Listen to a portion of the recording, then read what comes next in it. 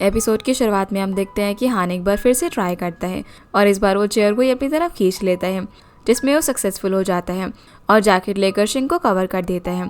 अब जब वो उसके बालों को ठीक कर रहा था तभी शिंग उसका हाथ पकड़ लेती है और रोते हुए उसे ईचन समझकर बैक करती है कि वो उसे छोड़कर ना जाए, वो अपनी कंपनी को भी छोड़ देगी, लेकिन वो उससे ब्रेकअप ना करे। जो सुनकर हान मना करता है तो वो ज़ोर ज़ोर से रोने लग जाती है और उसका हाथ पकड़कर सो जाती है और हान बस उसकी तरफ देखता रहता है। अब जैसे शाओमिंग घर के बाहर पहुंचती है तो वो उसे हनी के पैसे लौटाने के लिए बोलता है, जिस बहाने वो उसे वीचैट पर भी ऐड कर लेता है। और जैसे ही वो अंदर जाता है तो देखता है कि हान टेबल पर अनकंफर्टेबली बैठा हुआ था और शिंग ने उसका हाथ पकड़ा हुआ था। वो अब आराम से अपना हाथ उसके पास से हटाता है और जैसे ही वो खड़ा होता है तो उसके पैर एकदम सुन्न हो चुके थे, जिसकी वजह से वो बेचारा ठीक से चल भी नहीं पा रहा था। फिर वो मैंग को उसका ख्याल रखने के लिए बोलकर चले जाता है। अगली सुबह अब जैसे ही शिंग की आंख खुलती है तो वो अपने रूम से बाहर आती है, जहाँ उसकी तीनों फ्रेंड्स वहाँ पर आकर उसे ही देख रही थी। जिन लोगों को एक साथ देखकर शिंग पूछते हैं कि तुम लोग इतनी सुबह यहाँ पर क्या कर रहे हो, तो वो पूछते हैं कि क्या तुम्हें याद है कि कल तुमने क्या किया था।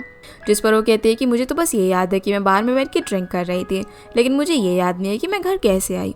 तो मैंग बताती है कि हान तुम्हें घर पर लेकर आया था और साथ में वो लू भी था, तुमने पता है उन्हें कितना परेशान किया। अब वो यहाँ पर उसे बताती है कि कैसे कल जब वो लोग जा रहे थे तो वो फिर से उठ जाती है और बियर निकाल कर पीते हुए कभी गाना गाती है तो डांस करने लग जाती है, जो देखकर ये लोग उसे रोकने की कोशिश करते हैं पर वो नहीं रुकती। हान उस पर चिल्लाकर उसके हाथ से बियर लेकर उसे रोकने के लिए कहता है, लेकिन वो उसे बोलते कि तुमने आज तक मुझ पर कभी नहीं चिल्लाया और अभी चिल्ला रहे हो। अब वो चेयर पर खड़ी होकर फिर से गाने लग जाती है, जिस पर हान उसे रोकने के लिए अपने कंधों पर उठाकर उसके रूम में छोड़ने के लिए चला जाता है, जो सुनकर वो काफ़ी ज़्यादा एम्बैरस होती है कि अब तो मुझे सच में वो एक मीनियाक समझेगा। तभी वो लोग उससे पूछते हैं कि आखिर बात क्या है, उसने इतनी ज़्यादा क्यों ड्रिंक की कल। तो वो सैड होकर बताती है कि उसका और ईचन का ब्रेकअप हो गया है। ये बोलकर वो फिर से अपने रूम में चली जाती है, जो सुनकर पहले तो इन लोगों को उसकी बात पर यकीन नहीं होता, लेकिन फिर ये लोग डिसाइड करते हैं कि अब से वो लोग ईचन की बात उसके सामने नहीं करेंगे ताकि वो इन सब चीज़ों से बाहर निकल सके। इधर शिंग अपने बेड पर लेटकर ईचन की चैट देख रही होती है और रोते हुए सोचती है कि कैसे मेरा 4 साल का बॉयफ्रेंड मेरी लाइफ से एकदम से गायब हो गया। उसी वक्त उसे हान का मैसेज आता है कि हाना ये अपना प्रोडक्ट रिलीज़ कर रहे हैं, तुम्हारे पास कोई आइडिया है क्या। जिस पर वो हाँ बोलती है तो हान डिटेल प्लान उसे न्यू ईयर से पहले दिखाने के लिए कहता है और साथ ही उसे ब्रेकफास्ट करने के लिए बोलता है, नहीं तो उसके स्टमक में कुछ भी नहीं रहेगा वॉमिट करने के लिए। ये सुनकर वो अनॉय हो जाती है, लेकिन फिर वो फुल स्पिरिट में अपना काम करना चालू कर देती है और अपने प्रोडक्ट का प्रपोजल दिखाने ऑर्थोपेडिक हॉस्पिटल में भी जाती हैं। अब जब वो ऑफिस में अपने एम्प्लॉयज़ के साथ काम कर रही थी और काफ़ी अच्छे से दिन रात मेहनत करके अपने काम में लग जाती हैं, ऐसे जब एक दिन वो ऑफिस से लौट रही थी तभी वो एक कपल को देखती है, जिन्हें एक साथ देखकर उसे अपने और ये चैंग के साथ बिताए मोमेंट्स याद आने लग जाते हैं, लेकिन वो इन चीज़ों को अपने ऊपर इफेक्ट नहीं डालने देती। जिसके बाद हम लिली और मैंग को देखते हैं, जो कि घर पर वीकेंड पर क्या करना है इसका प्लान बना रहे होते हैं। जब मैंग उसे बताती है कि इन्वेस्टर की अर्ज करने की वजह से शिंग ओवर टाइम काम कर रही है, तो लिली कहती है कि अच्छा ही है, वो जितना ज़्यादा बिजी रहेगी उतना उसे यूशेंग की याद नहीं आएगी। मैंग भी उसे इसके लिए सपोर्ट करती है और कहती है कि अभी उसकी कंपनी भी ट्रैक पर आ गई है और हान भी उसे काफ़ी सपोर्ट करता है। अगले दिन अब जब हान ऑफिस में होता है तभी उसे शिंग का मैसेज आता है कि उनके पहले प्रपोजल में कोई प्रॉब्लम थी, जिसकी वजह से वो जल्दी उन्हें सॉल्व करके ब्रीफिंग देगी, जिसके लिए वो हाँ बोल देता है। तभी उसका असिस्टेंट उसे आकर कहता है कि शिंग ने इतने टाइम से आपको ब्रीफिंग नहीं दी है कि कंपनी के अंदर क्या चल रहा है, तो क्या मैं उसे यहाँ पर बुलाऊँ आपको बताने के लिए। पर वो मना कर देता है और वो काफ़ी ज़्यादा खुश हो रहा था। दूसरी तरफ शूजी ईचन से मिलने के लिए जाती है क्योंकि उसके हॉस्पिटल में उसकी मीटिंग थी, जहाँ वो उसे अपना ख्याल रखने के लिए कहती है और ये चैंग भी बोलता है कि उसे पता है कि शिंग काफ़ी स्ट्रांग है और मुझे जल्दी ही भुला देगी, लेकिन मुझे कुछ टाइम चाहिए होगा। तो शूजी उसे अपने काम पर फोकस करने के लिए कहती है और क्योंकि उसे कुछ कंसल्ट करना था इसीलिए वो उसे अपने ऑफिस में लेकर चला जाता है। दूसरी तरफ शाओ और हान हानाई के प्रोडक्ट्स का प्रपोजल देखकर बात कर रहे थे, जहाँ पर शाओ बोलता है कि हानाई तो अभी इतना ज़्यादा इन्वेस्टमेंट कर रही है, इससे शिंग की कंपनी शीचेंग पर बहुत ही ज़्यादा प्रेशर आएगा और तुम्हारी कज़न भी इसका यूज़ करेगी। अगर मुझे पहले पता होता तो मैं तुम्हें उसकी कंपनी में इन्वेस्ट करने नहीं देता। पर हान बोलता है कि उसने ऐसे ही शीचेंग में इन्वेस्ट नहीं किया था, उसे जीशिंग पर भरोसा है। ये बोलकर अपनी मीटिंग के लिए चला जाता है। अब जब हान अपने ऑफिस में आता है मीटिंग के लिए तभी उसका असिस्टेंट उसे आकर बोलता है कि आप तो बहुत ही ज़्यादा डिवोटेड हो डोंगियन मेडिकल के लिए भी। युआन आपको सबके सामने एम्बैरस करवाती है और सब एग्जीक्यूटिव उसका साथ देते हैं, पर हान उसे कामली कहता है कि वो लोग अपना इंटरेस्ट ही देखते हैं। तो असिस्टेंट उसे बोलता है कि शिंग चैंग को भी अपना काम स्पीड अप करके कुछ डेवलपमेंट दिखानी पड़ेगी, नहीं तो आपको ये अकेले ये सब स्ट्रेस सहना पड़ेगा। जो सुनकर हान उससे पूछता है कि क्या तुम्हारा कभी ब्रेकअप हुआ है और कितना टाइम लगता है इस ब्रेकअप से बाहर आने में। तो बोलता है कि 1 से 2 महीना, लेकिन इस सब चीज़ों से मेरे काम पर कोई भी फर्क नहीं पड़ता। तभी उसे शिंग का मैसेज आता है कि एनुअल रिपोर्ट तैयार हो गई है और वो उससे मिलने के लिए कब आए। तो हान उसे शाम को 6:30 बजे मिलने के लिए बुलाता है, जिसके लिए वो मान जाती है। ये देखकर वो काफ़ी खुश होता है और कहता है कि लगता है कि इतना टाइम नहीं लगता ब्रेकअप से रिकवर होने में। ये सुनकर असिस्टेंट भी अब अपने काम पर चला जाता है। अब हान अपने ऑफिस में उसी का वेट कर रहा था, तभी शिंग वहाँ पर आ जाती है, जिससे हान कहता है कि फाइनली तुम आ ही गई, मुझे तो लगा था अब तुम्हें अपनी कंपनी चाहिए ही नहीं। तो शिंग थोड़ा सा एम्बैरस होकर उस दिन के लिए सॉरी बोलती है कि वो ड्रंक थी, जिसकी वजह से वो कुछ भी बोल रही थी। पर हान बोलता है कि ड्रंक होने के बाद ही लोगों के अंदर से उनकी दिल की बात निकलती है। अब वो उसे अपने मूड को अच्छे से संभालने के लिए कहता है और उसका वेट 45 kg से कम ना होने देने के लिए कहता है, नहीं तो वो उसका अगला पेमेंट दे या फिर नहीं दे इसके बारे में उसे सोचना पड़ेगा। तो शिंग बोलती है कि इन्वेस्टर की ये भी रिक्वायरमेंट होती है। इस पर हान फिर से सरकास्टिक रिमार्क देता है। फिर शिंग उसे यहाँ पर एनुअल ईयर का प्रपोजल दिखाती है। तभी हान बोलता है कि काफ़ी लेट हो गया है ना, तो साथ में डिनर कर लेते हैं, लेकिन शिंग कहती है कि उसे कुछ काम है और चली जाती है। जो देखकर हान सोचने लग जाता है कि अब ये ईजेन को भूल गई है या फिर नहीं। फिर हम शिंग को देखते हैं जो जैसे ही अपने घर पर आती है तो वहाँ पर उसकी मॉम आई हुई थी। वो उसके लिए काफ़ी सारे डिशेस बनाकर टेबल पर रख रही होती है, जहाँ वो शिंग के आते ही बोलती है कि तुमने हमें कुछ भी नहीं बताया कि तुम्हारा ब्रेकअप हो गया है और ना ही है कि तुमने अपनी कंपनी स्टार्ट करी है। सारी हार्डशिप तुम अकेले ही सहन कर रही हो, इसीलिए वो अब से उन्हें सब कुछ बताने के लिए कहती है। तो शिंग स्माइल करके हाँ बोलती है और फिर दोनों डिनर करते हैं। अब जब शिंग ब्रश कर रही थी तभी उसे हान का कॉल आ जाता है कि कल उसे मिलने के लिए उसकी कंपनी में आ रहा है।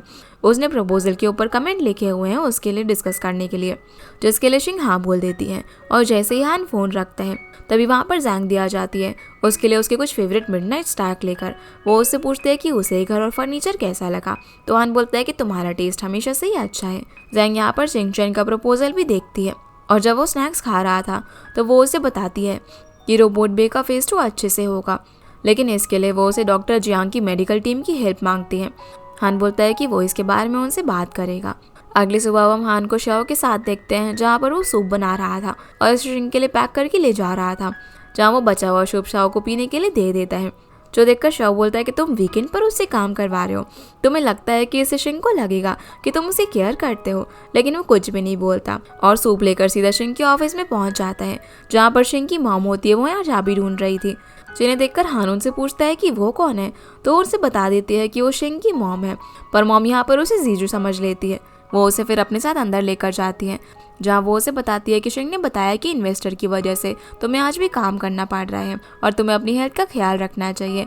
जिनकी ये बात सुनकर वो सिर्फ हाँ बोले जा रहा था। वह उसे स्ट्रॉबेरीज वॉश करने के लिए देती है और जैसे ही वो टैप को खोलता है तो पूरा गीला हो जाता है, क्योंकि टैप खराब हो गया था। इसीलिए मॉम यहाँ पर शिंग के लिए जो कार्डिगन लेकर आई थी वो उसे पहनने के लिए दे देती है, जिसे हान पहनना तो नहीं चाहता था, लेकिन उनके इंसिस्ट करने पर वो पहन लेता है। अब जब तक शिंग वहाँ पर आती है तब तक हान ने उस टैप को फिक्स कर दिया था। वो उसे देखकर हैरान हो जाती है और हान के नाम से बुलाती है, जो सुनकर मॉम भी शॉक हो जाती है, क्योंकि वो तो उसे इतनी देर से जीजू समझ रही थी। और तुमने मुझे बताया क्यों नहीं कि तुम हान हो? तो शिंग बोलती है कि मॉम आपने उसे बिल्कुल चांस ही नहीं दिया होगा बताने का। अब हान उसे जो कमेंट्स लिखा हुआ प्रपोजल था वो देखकर जाने ही वाला होता है, लेकिन मॉम उसे अपने साथ में लंच करने के लिए कहती है, जहाँ उनके इंसिस्ट करने पर वो मान जाता है। लंच करते वक्त अब मॉम बोलती है कि तुम तो इतने बड़े बॉस हो, तुम्हारे पास तो टाइम ही नहीं होता होगा ना अपने पेरेंट्स के साथ खाना खाने का।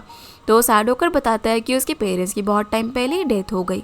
अब शिंग यहाँ पर उसकी लाई हुई डिश खाकर बहुत ही ज़्यादा खुश हो रही थी, जिसे इस तरीके से स्माइल करते हुए हान देख ही जा रहा था, जिसे मॉम नोटिस कर रही थी। वो अब उसे वीचैट पर ऐड करके उन्हें उनके घर आने के लिए इन्वाइट करती है और बोलती है कि तुम्हें जो भी खाना होगा ना मैं बनाऊंगी।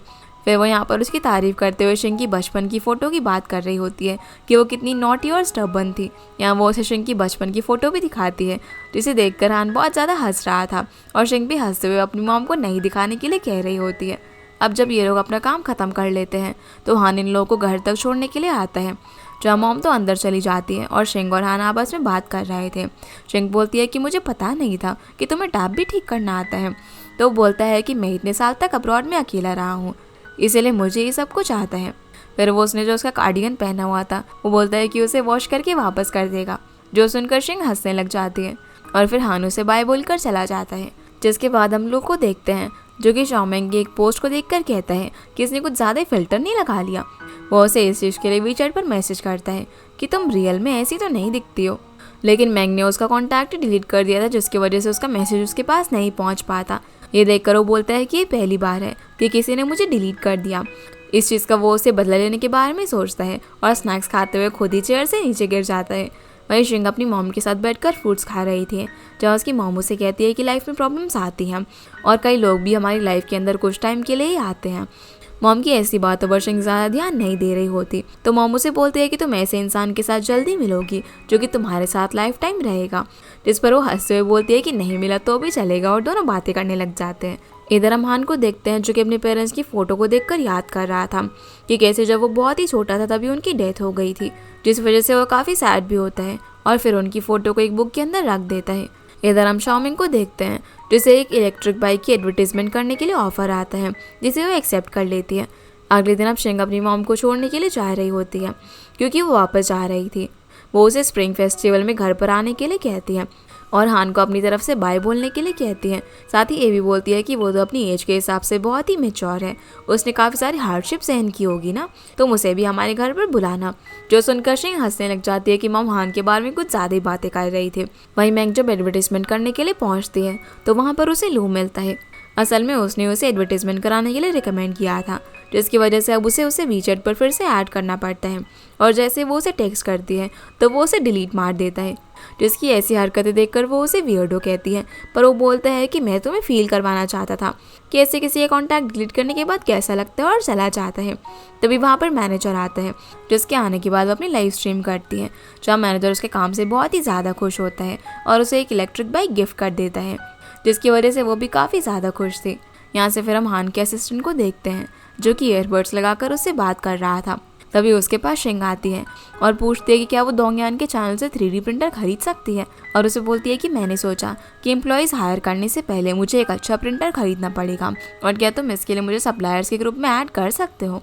पर वो इस बारे में उसे हान से बात करने के लिए कहता है, लेकिन वो कहती है कि नहीं, इस चीज़ के लिए हमें उसे बताने की क्या ज़रूरत है, ये काम तो तुम भी करवा सकते हो ना।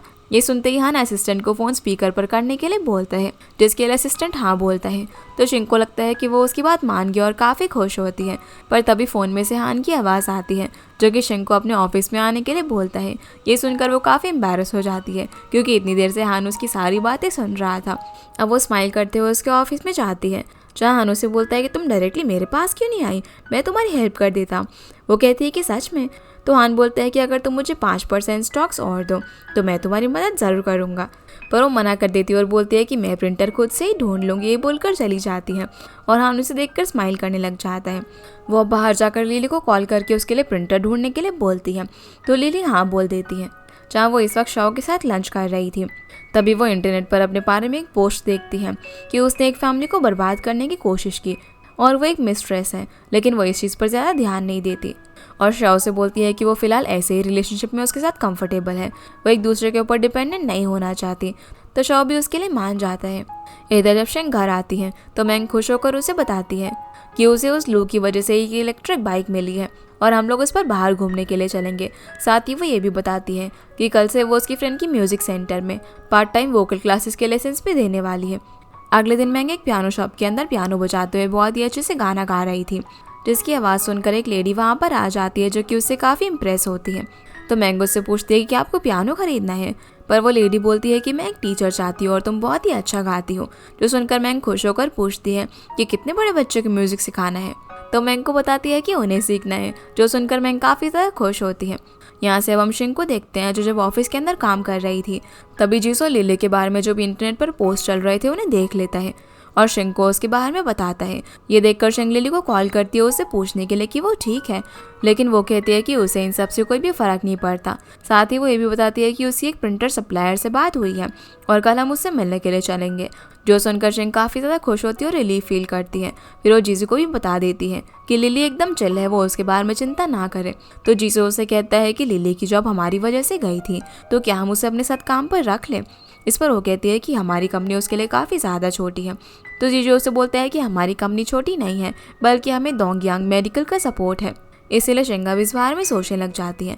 अगले दिन अब ये लोग प्रिंटर देखने के लिए फैक्ट्री के अंदर जाते हैं, जहाँ पर काफ़ी सारे प्रिंटर के सेट्स देखकर वो लोग मैनेजर को बताते हैं कि उन्हें एक प्रिंटर खरीदना है। ये सुनकर वो बोलता है कि 6 महीने में प्रिंटर की डिलीवरी हो जाएगी, जो सुनकर शेंग उसे जल्दी देने के लिए बोलती है।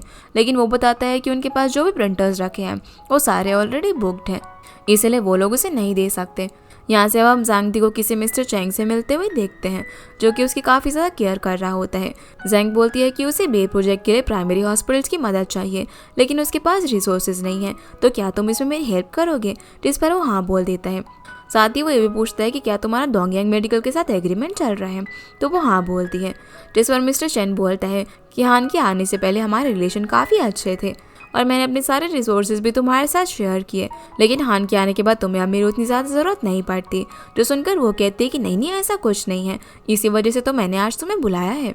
इधर जब लिली और शेंग जा रहे होते हैं, तभी शेंग बोलते हैं कि चलो डोंगयांग में जाकर बोलते हैं कि बेदी टेक्नोलॉजीज हमें प्रिंटर नहीं दे पाएंगे। ये सुनकर वो शौक रह जाता है और पूछता है कि कौन सी डोंगयांग? तो लिली कहती है कि चाइना के अंदर सिर्फ एक ही डोंगयांग कंपनी है, वो हमारी कंपनी में इन्वेस्ट कर रहे हैं।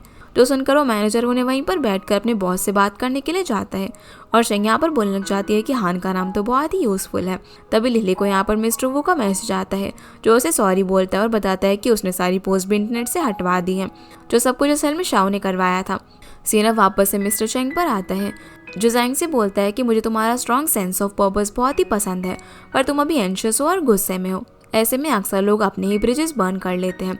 और कहता है कि मुझे पता है कि तुम हान के साथ बहुत ही ज़्यादा ऑब्सेस्ड हो, लेकिन वो तुम्हारी केयर भी करता है क्या? जिस पर जैंग बोलती है कि वो मेरी कंपनी का सबसे बड़ा इन्वेस्टर है, मैं भला उसके साथ नहीं तो किसके साथ ऑब्सेस्ड रहूंगी।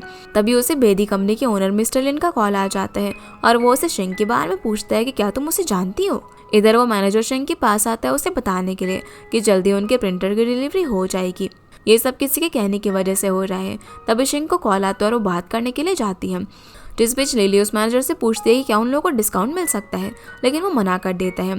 तो लिली बोलने लग जाती है कि हान शेंग का क्लासमेट है और जब उसने सुना कि वो कंपनी स्टार्ट कर रही है तो उसने आकर सीधा उसकी कंपनी में इन्वेस्ट कर दिया। तुम ये बात किसी को भी मत बताना और इसे एक सीक्रेट ही रखना। तभी शेंग वहाँ पर आती है और उसको तो इस बारे में पता नहीं होता, इसीलिए वो सेल्स पर्सन भी उन्हें 5% डिस्काउंट देने के लिए मान जाता है और उन्हें बोलता है कि मिस्टर लिन ने आपको लंच के लिए बुलाया है, जो सुनकर वो लोग खुश हो जाते हैं। अब जब ये लोग यहाँ से जा रहे थे तभी शेंग को हान का मैसेज आता है, जो कि उसे प्रिंटर के लिए पूछ रहा था, लेकिन शेंग बताती है कि उसने प्रिंटर अरेंज कर लिया। जो सुनकर वो पूछता है कि कैसे, पर वो बोलती है कि ये एक सीक्रेट है और हान स्माइल करता है। उसी वक्त उसे जैंग का कॉल आ जाता है, जो उसे लंच पर मिलने के लिए बुलाती है क्योंकि उसे कुछ बात करनी थी। जिसके बाद हम मैंग को उस लेडी के घर में देखते हैं जिसका नाम मिस हान होता है। मैंग यहाँ पर उन्हें फ्लावर्स को वाज में लगाने में हेल्प कर रही थी और साथ ही उन्हें अपने लाइव स्ट्रीमिंग कंपटीशन और मिस्टर लू के बारे में बताती है, जो सुनकर वो कहती है कि तुम्हें सच में कितना हार्डवर्क करना पड़ता है। तो मैंग बोलने लग जाती है कि लूना उसके लिए एक बैड लक है। जहाँ मिस हान कहती है कि उस लड़के की बात सुनकर तो मुझे अपने बेटे की याद आ गई, उसके डैड की जल्दी डेथ होने की वजह से मैंने उसे अकेले बड़ा किया है और वो पूरा स्पॉइल हो गया है, वो कभी भी मेरी बात नहीं सुनता। यहाँ से अब हम शेंग और लिली को देखते हैं, जो कि मिस्टर ली के साथ लंच करने के लिए पहले ही पहुँच गए थे। जहाँ पर शेंग लिली को अपनी कंपनी में ज्वाइन करने के लिए कहती है, तो लिली कहती है कि अगर आगे कोई प्रॉब्लम हो गई तो मैं हमारी फ्रेंडशिप ख़राब नहीं करना चाहती, पर शेंग कहती है कि ऐसा कुछ भी नहीं होगा। तो लिली बोलती है कि फिर मैं इस बार में सोच कर बताऊँगी। तभी वहाँ पर मिस्टर ली आ जाते हैं। अब ये लोग साथ में लंच करते हैं, जहाँ पर मिस्टर ली बोलते हैं कि मैंने सुना कि तुम और हान काफ़ी ज़्यादा क्लोज हो, पर शेंग कहती है कि नहीं नहीं, हम तो सिर्फ क्लासमेट्स हैं। वो कहता है कि मिस्टर हान ने तुम्हारी कंपनी के अंदर इन्वेस्ट किया है, तो आगे तुम्हारा फ्यूचर तो बहुत ही ज़्यादा ब्राइट है। ये सब बोलकर वो शेंग से फेवर मांगता है कि क्या वो कॉपरेशन के लिए हान से उन्हें इंट्रोड्यूस करवा सकती है, जो सुनकर शेंग शॉक रह जाती है। और हम देखते हैं कि उसी साइड वाले रूम में हान जैंग के साथ यहाँ पर आया हुआ था, जो कि इनकी सारी बातें सुन रहा था। मिस्टर शीलिंग से बोलते हैं कि ये तो तुम्हारे लिए छोटा सा काम है, तो प्लीज़ हमारी हेल्प करना। और वो लोग उसके और हान की रिलेशनशिप के बारे में किसी को भी नहीं बताएंगे, जो सुनकर शेंग की स्माइल गायब हो जाती है क्योंकि वो तो कुछ और ही सोच रहे थे और वो यहाँ पर लिली की तरफ देखती है। वहीं जैंग सुनकर हान से कहती है कि शेंग मेरी कंपनी में सिर्फ एक टेक्निकल पर्सन थी, पर अभी देखो वो कितनी स्मार्ट हो गई है, जो कि अब तुम्हें भी यूज़ करना सीख गई है। ये सुनकर हान कहते हैं कि तुम मुझे यहाँ पर जानबूझकर लेकर आई हो ना। इस बीच शेंग यहाँ पर उन लोगों को मना करने वाली होती है, पर लिली उसे रोक देती है और खुद ही उन लोगों से बात करती है। शेंग को तो यहाँ पर काफ़ी अनकंफर्टेबल फील हो रहा था, इसलिए वो वॉशरूम का बहाना करके वहाँ से चली जाती है, जहाँ वो साइड वाले रूम में हान को देखकर फटाफट से वॉशरूम भाग जाती है। और हान भी उसे नोटिस कर लेता है। शिंग अब जैसे ही वॉशरूम से बाहर आती है तो हान उसका बाहर ही वेट कर रहा था। वो उसे बात करने के लिए साइड में लेकर जाता है और उससे पूछता है कि तुमने प्रिंटर खरीद लिया क्या, जहाँ वो उसे अपसेट मन से हाँ बोलती है। हान पूछता है कि क्या मेरे नाम से तुम्हें हेल्प मिली, और बोलता है कि तुम्हें कैसा फील हुआ लोगों को मेरे नाम से चीट करके। मुझे लगा था कि तुम एक हार्ड वर्किंग पर्सन हो जो कि काफ़ी स्टबर्न है अपने काम के लिए, लेकिन तुम तो बहुत ही ज़्यादा स्मार्ट हो और तुम्हें तो कोई टीचर की ज़रूरत ही नहीं है। जो सुनकर शिंग बोलती है कि मैंने तो बस कहा था कि हम स्कूलमेट्स हैं, जो कि हम रियल में है भी ना, लेकिन उन लोगों ने गलत समझ लिया। जहाँ पर उसकी हालत तो बस ऐसी थी कि वो बस अभी रोने ही वाली है। तो हान उसे बोलता है कि तुम्हें नहीं लगता कि तुमने उन्हें कुछ गलत आइडिया नहीं दिया। वो उसे अब क्लोज आते हुए कहता है कि उन्हें क्या लगता है कि हमारा क्या रिलेशनशिप है, वो तो यही समझ रहे हैं ना कि हमारा एक अफेयर है। तो चलो मैं अभी इस चीज़ को सर्च कर देता हूँ। ये बोलकर वो शिंग के क्लोज आता है उसे किस करने के लिए, लेकिन वो अपना फेस साइड करती है और रोने लग जाती है। तो हान अब उसे लुक देते हुए कहता है कि मैंने बस तुमसे यहाँ पर थोड़ा सा मजाक किया, तो तुम्हें कितना बुरा लगा। जब दूसरे लोग तुम्हारे बारे में ऐसी बातें करेंगे तो क्या तुम ये सब फेस कर पाओगी। वो उसे ऐसे शॉर्टकट लेने से मना करता है और बोलता है कि शॉर्टकट का प्राइस बहुत ही ज़्यादा होता है जो कि तुम बियर नहीं कर पाओगी। ये बोलकर चला जाता है, जिसके यहाँ से जाते ही शिंग रोने लग जाती है। यहाँ से अब हम मैंग को मिस हान के घर से जाता हुआ देखते हैं, जिसके वहाँ से जाने के बाद वहाँ पर लू आ जाता है। असल में वो मिस हान का बेटा था। यहाँ से फिर हम हान को वॉन्टन शॉप के अंदर देखते हैं, जहाँ पर वो शौक के साथ बैठा हुआ था, लेकिन वो कुछ बोल ही नहीं रहा था। उसका खाना भी पूरा ठंडा हो गया था, जिसे वो 3 बार गर्म करवा चुका था। शिंग आकर उसे बोलता है कि अगर तुम्हें नहीं खाना तो मत खाओ ना, मैं तुमसे इतनी लेट मिलने के लिए आया हूँ। पता है मेरी प्रिंसेस कितनी नाराज हो गई थी। दूसरी तरफ शिंग हान की बातें याद करके मिस्टर लिन को टेक्स्ट करके बताती है कि उसके और हान के बीच में कोई भी रिलेशनशिप नहीं है और वो दोंगयान के साथ किसी कॉपरेशन के लिए उसकी हेल्प नहीं कर सकती, जिसके लिए वो उसे सॉरी बोलती है। वहीं हान शाओ को बताता है कि शिंग ने मेरे नाम का एडवांटेज लिया, जो सुनकर शाओ कहता है कि तुम उसके लिए चिंता कर रहे हो ना। तो हान कहता है कि शिंग को पता नहीं है कि हमारे सर्कल में र्यूमर्स कितने जल्दी स्प्रेड होते हैं, ऐसा करने से उसके सारे एफर्ट्स वेस्ट हो जाएंगे।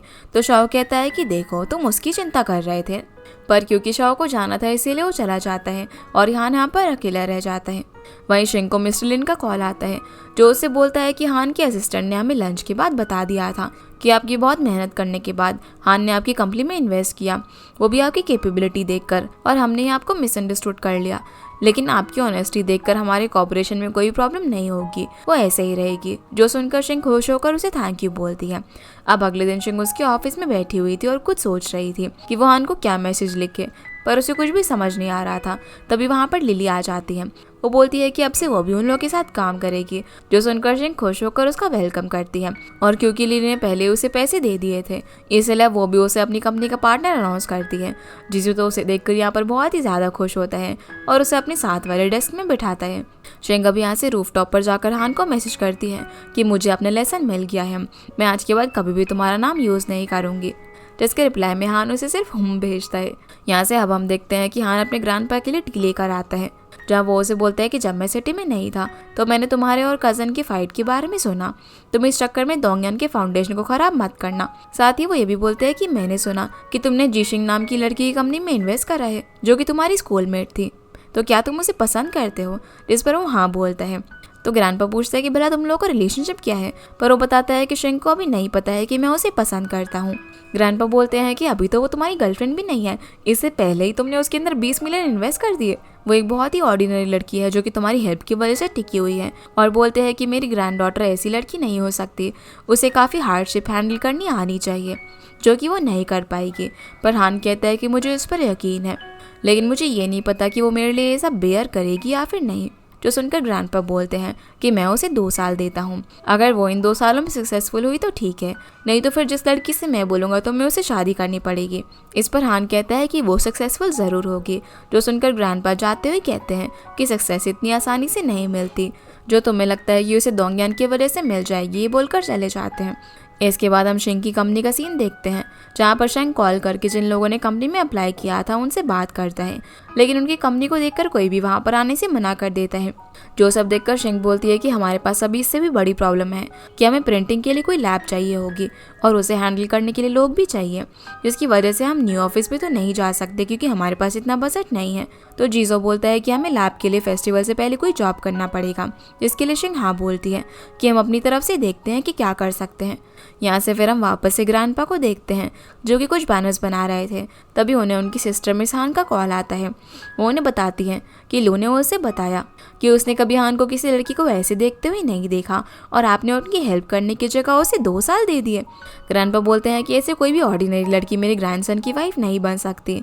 मिस हान उन्हें बोलती है कि आप इतने ओल्ड हो गए और कौन सी जमाने में जी रहे हो, अभी भी तुम्हें लड़की के बैकग्राउंड की पड़ी हुई है। ग्रैंडपा कहता है कि मैंने तो सोचा था कि उसके लिए जैंग भी एकदम सही रहेगी, लेकिन वो तो किसी और लड़की को ही लेकर आ गया, तो मैं भला अप्रूव कैसे कर सकता हूँ। मिस हान अब यहाँ पर उन्हें इतना स्टबर्न होने से मना करती हैं कि पता चले तुम्हारे ग्रैंडसन ने बाद में मैरिज ही नहीं की, पर फिर भी ग्रैंडपा बोलते हैं कि मेरा फैसला नहीं बदलेगा और फ़ोन रख देते हैं। जिसके बाद हम हान को देखते हैं जो कि अपने ऑफिस में बैठकर शेड्यूल देख रहा था, जहां वो अपने असिस्टेंट से बोलता है कि तुम्हें पता है ना कि शिंग की न्यू कंपनी है और उसके साथ डिस्कस करने के लिए तुमने सिर्फ आधे घंटे का शेड्यूल रखा है। तो असिस्टेंट बोलता है कि ठीक है, मैं इसे अभी चेंज करके 1 घंटा कर देता हूँ, पर हान उसे घूर कर देख रहा था तो बोलते हैं कि अच्छा ठीक है मैं 2 घंटे कर देता हूँ। ये बोलकर चले जाता है और हान अब खुश होकर शिंग को मैसेज करके 3:30 बजे उसके ऑफिस में आकर रिपोर्ट करने के लिए कहता है। लेकिन उसी वक्त शिंग को लिली का कॉल आ जाता है कि उसका कोई सीनियर है जो कि शिंगांग हॉस्पिटल में डायरेक्टर ली को जानता है, इसलिए वो फिलहाल उसे जाकर उसे मिलने के लिए कहती है, जिसके लिए शिंग हाँ बोल देती है। अब वो उससे मिलने जाने से पहले जीजू को बोलती है कि आज तुम्हें हमारी कंपनी की तरफ से मिस्टर हान के पास जाना होगा ब्रीफिंग करने के लिए। जो सुनकर वो बेचारा डर जाता है और बोलता है कि ऐसे जोक मत मारो, अगर मिस्टर हान ने तुम्हारे बारे में पूछा तो मैं क्या बोलूँ। वो कहती है कि कुछ भी बहाना बना देना, ये बोल देना कि मैं बीमार हूँ। ये बोलकर चली जाती है। यहाँ से अब हम लिली को देखते हैं जिसे कि ये जन ने कैफे में मिलने के लिए बुलाया होता है। वो उसे शिंग के बारे में पूछता है तो लिली बोलती है कि उसकी कंपनी अभी क्रिटिकल पीरियड में है, तो वो अभी काम में बहुत ही ज़्यादा बिजी है। तो ये जन यहाँ पर उसे अपना कार्ड देकर कहता है कि इसमें मेरा ईयर एंड का बोनस है, मैं उसकी थोड़ी सी हेल्प करना चाहता हूँ। तो देखकर लिली कहती है कि मुझे समझ नहीं आ रहा कि तुमने उसके साथ ब्रेकअप क्यों किया, तुम एक दूसरे से कितना ज़्यादा प्यार करते थे या फिर तुम किसी और लड़की को पसंद करते हो। तो यूजन कहता है कि मैं अभी भी उसे ही पसंद करता हूँ, लेकिन हम दोनों बहुत ही अलग हैं। मैंने पहले सोचा था कि अगर मैं उसे ज़्यादा प्यार करूँगा और उसके लिए चेंज हो जाऊँगा तो हम लोग साथ में बहुत ज़्यादा खुश रहेंगे, लेकिन ऐसा नहीं है, इसलिए मैंने हम दोनों की भलाई के लिए ब्रेकअप कर लिया। फिर वो शिंग को उसका नाम बताए बिना ही ये कार्ड उसे देने के लिए कहता है, पर लिली उसे मना कर देती है कि वो ऐसे पैसे एक्सेप्ट नहीं करेगी, इसीलिए अब यीचेंग को अपना कार्ड वापस लेकर यहाँ से जाना पड़ता है। वहीं हान शिंग का वेट कर रहा था जैसे ही टाइम होता है, तो वो यहाँ पर खुद को बिजी दिखाने के लिए एक फाइल लेकर बैठ जाता है, पर तभी उसके सामने जीजो आता है। उसे यहाँ पर शिंग की जगह देखकर उसकी पूरी हंसी गायब हो जाती है। जीजो अब यहाँ पर अपने आप को इंट्रोड्यूस करके उसे रिपोर्ट दिखाता है, जिसे देखते हुए हान काफ़ी टेंस एक्सप्रेशन देता है। जीजो तो यहाँ पर उसे बहुत ही ज़्यादा डरा हुआ था। हान अब यहाँ पर उसे प्रोडक्ट 3 महीने के अंदर रेडी करने के लिए कहता है, जो सुनकर जीजो कहता है कि उनके पास लोगों की कमी है और उसे अपनी रियल सिचुएशन बताता है कि ऑफिस की वजह से कोई भी वहाँ पर काम करने के लिए नहीं आ रहा। जो सुनकर हान बोलता है कि अच्छा, तो शिंग इसी की वजह से बिजी है और तुम्हें यहाँ पर भेजा है, पर वो मना करके कहता है कि नहीं वो तो बीमार है इसीलिए वो नहीं आई। लेकिन हान यहाँ पर उसकी बात नहीं मानता। तो अब जीजो को उसे सच बताना ही पड़ जाता है कि शिंग हॉस्पिटल में गई है किसी डायरेक्टर ली से मिलने के लिए। तो हान अभी उसे यहाँ से भेजकर सीधा शिंगांग हॉस्पिटल में जाता है। इधर शिंग भी डायरेक्टर से मिलने की कोशिश कर रही थी, लेकिन वो बिजी है बोलकर अपने रूम में चला जाता है और शिंग बाहर ही उसका वेट कर रही थी। अब हान जैसे ही यहाँ पर उसे बैठे हुए देखता है तो उसे कॉल करता है, जहाँ शिंग फ़ोन उठाकर खांसने की एक्टिंग करने लग जाती है, पर हान उसके सामने आकर बोलते हैं कि लगता है तुम्हें तो कोल्ड हो गया है। जो सुनकर वो शॉक हो जाती है और पूछती है कि क्या कोई इंसिडेंस है, पर हान उसे बोल देता है कि तुम यहाँ पर ली से मिलने के लिए आई हो ना, जिसके लिए वो हाँ बोल देती है। तभी डायरेक्टर ली हान को देखकर उसे अपने ऑफिस में बुलाता है क्योंकि उसे कुछ बात करनी थी, और हान शिंग को वहीं पर वेट करने के लिए बोलकर अंदर चला जाता है। यहाँ से अब हम लिली को देखते हैं जो जब ऑफिस के अंदर वापस आती है तो जीजो उसके लिए पेस्ट्री और जूस लेकर आया था, जिसे वो खाने लग जाती है और उसके लिए उसे थैंक यू बोलती है।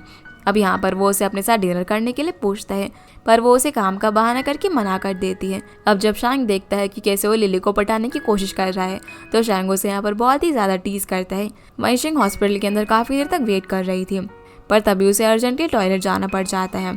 जब हान बाहर आता है तो शिंग वहाँ पर नहीं होती, पर डायरेक्टर ली के जाते वो वहाँ पर आ जाती है और हान को बताती है कि वो वॉशरूम गई थी। अब वो उसे शाम को रेडी रहने के लिए बोलता है कि वो उसे डिनर पर पिक करने के लिए आएगा, जिसके लिए वो हाँ बोलती है। सीन अब यहाँ से मैंग पर आता है जो कि मिस हान को सिंगिंग सिखा रही थी। तभी वहाँ पर लू आ जाता है, जहाँ पर दोनों एक दूसरे को देखकर शौक रह जाते हैं। मिस हान लू को बताती है कि ये मेरे नई म्यूजिक टीचर हैं, जो कि अगले महीने डिस्ट्रिक्ट म्यूजिक कंपटीशन में पार्टिसिपेट करने के लिए उसे सिखा रही हैं। ये बोलकर वो उसे लू से इंट्रोड्यूस करवाती है। तो मैंग कहती है कि लू मुझे इतने दिनों बाद मिलने। अब मॉम यहाँ पर लू को उनके लिए फ्रूट्स काटने के लिए बोलती है, जहाँ वो नहीं जा रहा होता, लेकिन मॉम के काफ़ी इंसिस्ट करने के बाद वो उठकर चला जाता है। अब वो बहाने से अपनी मॉम को किचन में आवाज़ लगाकर बुलाता है और उनसे मैंग को किसी तरीके से उसके वीजेट पर ऐड कराने के लिए बोलता है, जो सुनकर मॉम स्माइल करती है। पर लू कहता है कि नहीं आप गलत मत समझो, मैं उसे पसंद नहीं करता। पर मॉम उसकी बात नहीं सुनती और बाहर आ जाती है, जहाँ लू स्माइल करने लग जाता है। अब जब शाओमेंग जा रही थी तो लू अपनी मॉम को इशारा करता है और मॉम शाओमेंग से लू को वीचेट पर ऐड करने के लिए बोलती है, जिन्हें मैंग मना नहीं कर पाती। और अब लू वापस से मैंग के वीचेट पर ऐड हो जाता है, जिस चीज़ के लिए वो अपनी मॉम को थैंक्स बोलता है। इसी के साथ ये एपिसोड यहीं पर ख़त्म हो जाता है। तो गाइस ये थी आज की वीडियो एंड आई होप आप लोगों को ये वीडियो पसंद आई होगी। तो इस वीडियो को लाइक कर चैनल को सब्सक्राइब जरूर कीजिएगा। आपसे फिर मिलते हैं इस ड्रामा के अगले एपिसोड में, तब तक के लिए गुड बाय।